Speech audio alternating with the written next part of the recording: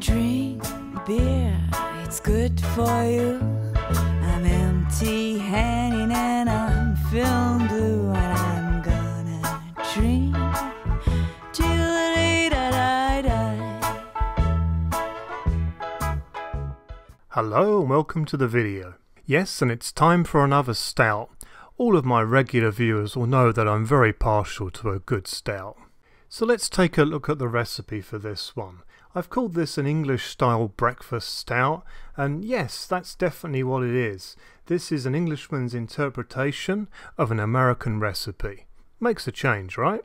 You will see from the mash information there that this is really mashed at quite a high temperature. This is to keep a lot of body in the beer. Do note the large amount of oats in this recipe. Not all of them are malted though, and that's a very important aspect of this. And of course we're using some extra wheat in there as well, and an awful lot of coffee. I've also got in there baker's chocolate. You've got a couple of different types of Carafa grain, which is basically a chocolate malt. Roasted barley obviously gets an entrance in this one, with a side serving of black malt for its fantastic flavours that it can add to a stout. On top of this, I've added in some lactose just to give this a bit of extra. Hops wise, I've chosen Warrior basically because it's an extremely neutral but very nice bittering hop. And then I've got Archer in there, but you can use any noble hop for this one. And I've also selected Mangrove Jack's Liberty Bell yeast, basically because I think it's one of the better English yeasts out there. Now you may have noticed from the grain bill that this is an awful lot of grain to be putting the Grainfather in one mash. And that's very true. But let's see how we go, shall we? The first thing that I'm going to do to aid in the drainage of this amount of grain is I'm actually going to add some rice hulls into this. So to start with, I'm going to put a small amount of this as the first addition into the mash. The grain that I'm using I've given a pretty fine crush as well, so the rice hulls will certainly help with that, but also because there's going to be so much in here, it's important that we can extract as much efficiency as possible. Don't forget, I'm not going to do a reiterated mash, it's all going in. Here's a look at the unmalted oats that I'm using. These were in the baking section in my local supermarket. Nice and large. Make sure you go for large, that's very important. Unlike malted oats, these will not give as much protein into your mash, and that's a very key thing. Another key thing is to make sure that when you buy ingredients like this from a supermarket, that it's basically the natural product. We don't want any other nonsense added to it. We just want oats. So what I've been doing is gradually adding the grain in and stirring as I go. And I've now added the last part of the grain, and you can see that we're pretty close to the top. Little bit of breathing room there, so that's nice. So the thing that I'm doing now is I'm breaking all of the grain up while bringing some of that new grain into the liquid of the mash. So you'll see that I'm stirring this from the top at the moment, but that will gradually change as I move into the different parts of the mash. Despite having stirred in as I've gone, it's very important to give this a last and thorough stirring and breaking up before you start your mash. This will be the difference between a successful brew with the efficiency that you aimed for or not, particularly when you have such a large amount of grain in your grain basket.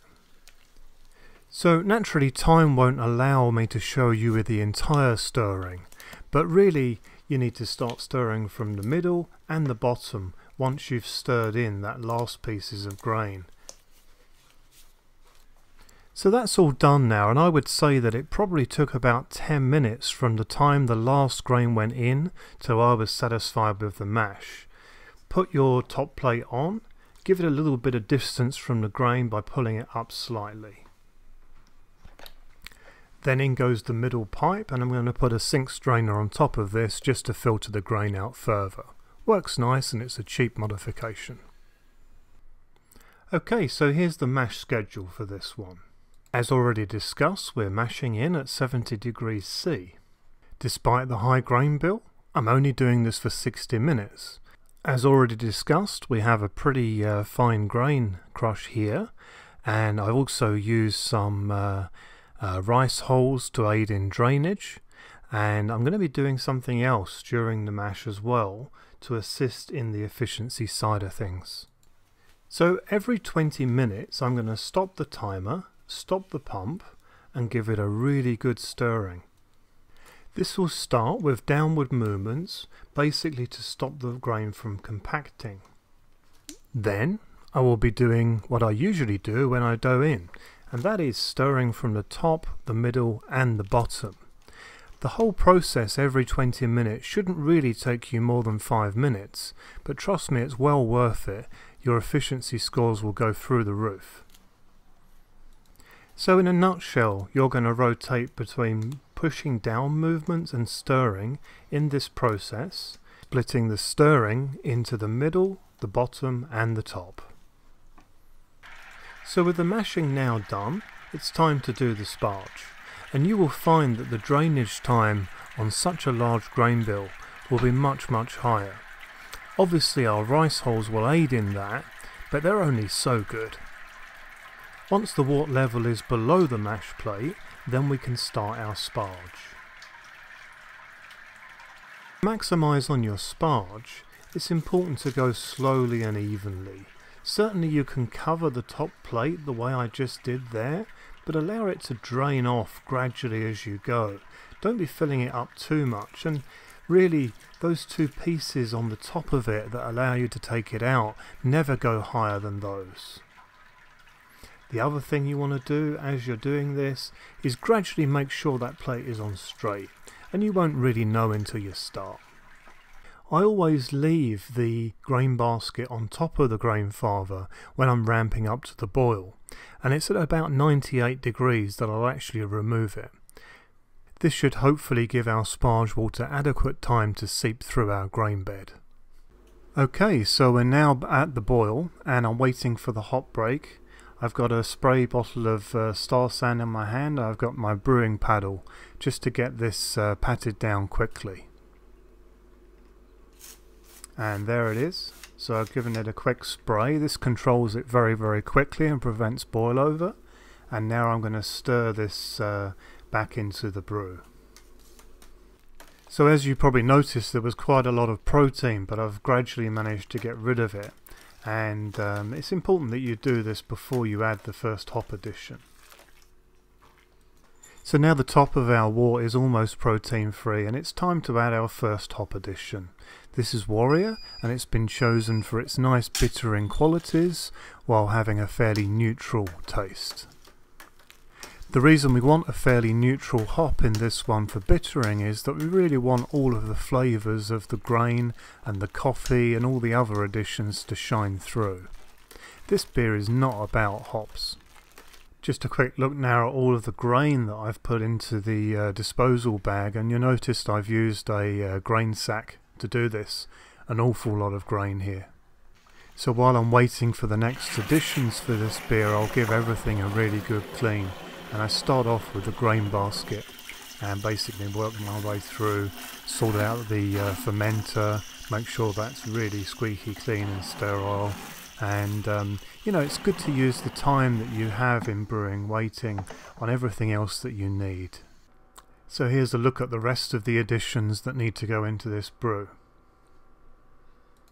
Here's a closer look at the baking chocolate that I'm using, and alright, I appreciate that the wrapper's all in Norwegian, but it's important to know that this is 70% cocoa, and that's a very important point when you're using chocolate in brewing. Go for something with as high a cocoa content as you can. So I'll go into a little bit of detail about how to prepare the chocolate, so you can see that I've broken it into pieces here. And then, just before it's needed as an addition in your boil, pour some boiling hot water onto it and give it a good stir. This will mix it all up and will make it much cleaner in terms of pieces of chocolate floating down to the bottom of your Grainfather. You really don't want this stuff sticking on the bottle and burning, so by mixing it up this way you will avoid that. In regards to our lactose and our coffee, these additions can just be poured and stirred straight in. And of course you would do this the same with the chocolate, pour it and stir it. So directly after the 10-minute additions, I actually connected up the counterflow chiller just to pre-sterilize it. I will be doing a whirlpool, and I obviously want to make sure that everything's squeaky clean so that when we do our transfer to the fermenter, all is good. When I do this, I pause the timer.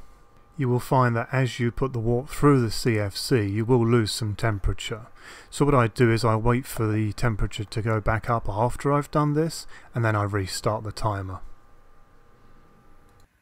So it's now 0 minutes and it's time to add our coffee addition. This was finely ground. I had it on espresso mode on my grinder. I have to say that in terms of the smells of this brew, it's been fantastic all the way through. Especially now that I've added this coffee, this has really heightened the smell experience of the brew. And you can see that I started off here in the whirlpool just being quite gentle with the top, just to mix that coffee grain right in. But I'm now gradually speeding up. And I'm going to do this for about 5 minutes, and then let everything settle for about another 5 minutes before I actually connect up the counterflow chiller and start the cooling process. So I waited a couple of minutes just to let that cooling start, and then I've gone straight into the fermenter. So you can see that I'm using the air pump in this one again for what it's worth. I mean, I have it now, so I may as well. And yeah, just look at this wort. This is a really, really nice brew, I can tell. Okay, so now it's time for the crunch. How efficient was this brew? I've noticed on the Grainfather users forum on Facebook there's an awful lot of people saying that when they've had such a large grain bill in the Grainfather, their efficiency has dropped greatly. Naturally, in this brew what I've done is I've added some further techniques to improve upon this efficiency, potentially. So let's see how well it worked. Okay, so according to my hydrometer here, we're just under 1.080. And according to my till, we're at 1.082. On the other hand, I didn't get the boil off that I usually do. Unsure quite why, but I've actually got 27 litres of wort here. I'm going to assume a gravity here of 1.080, and at 27 litres, this accounts to a measured brewhouse efficiency of 86%. Pretty decent, especially considering such a large grain bill. So hopefully the techniques that I've used here will help others in achieving good efficiency with large grain bills in their Grainfathers. Okay, so back to the brew now. So the star of today's show is the Mangrove Jack's Yeast M36 Liberty Bell Ale.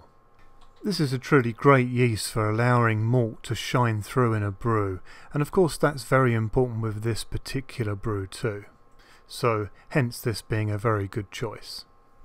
Because I've got 27 litres of this, I'm adding 2 packets. If you were to go 23 litres or under, you only need 1.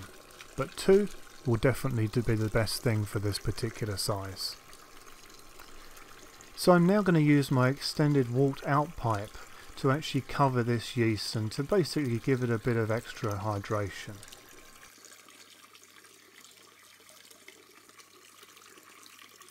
In hindsight, I'm actually very glad that I've got 27 litres of this, really for 2 reasons.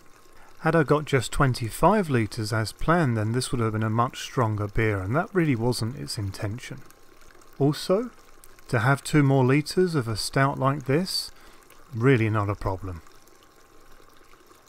So I've put this one into this special fermenter with the oversized airlock, and I think this is particularly important when it comes to stouts. They can have a very explosive fermentation, and this just makes things nice and easy.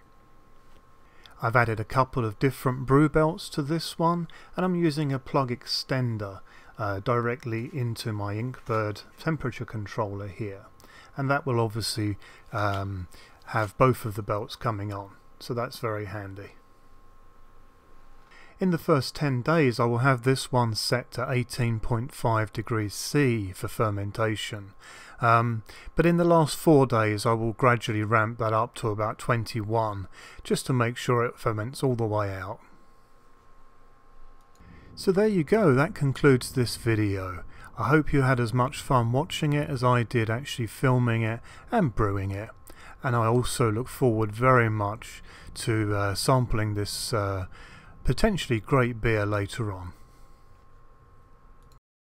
So if you did like this video, then please do go ahead and like it on YouTube. This really helps me out and allows the videos to be seen by a wider audience on YouTube.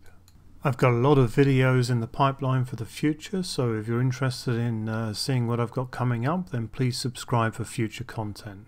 If you have any questions on anything that I've covered in this video or in others, or anything to do with brewing in general, then please do not hesitate to get in touch.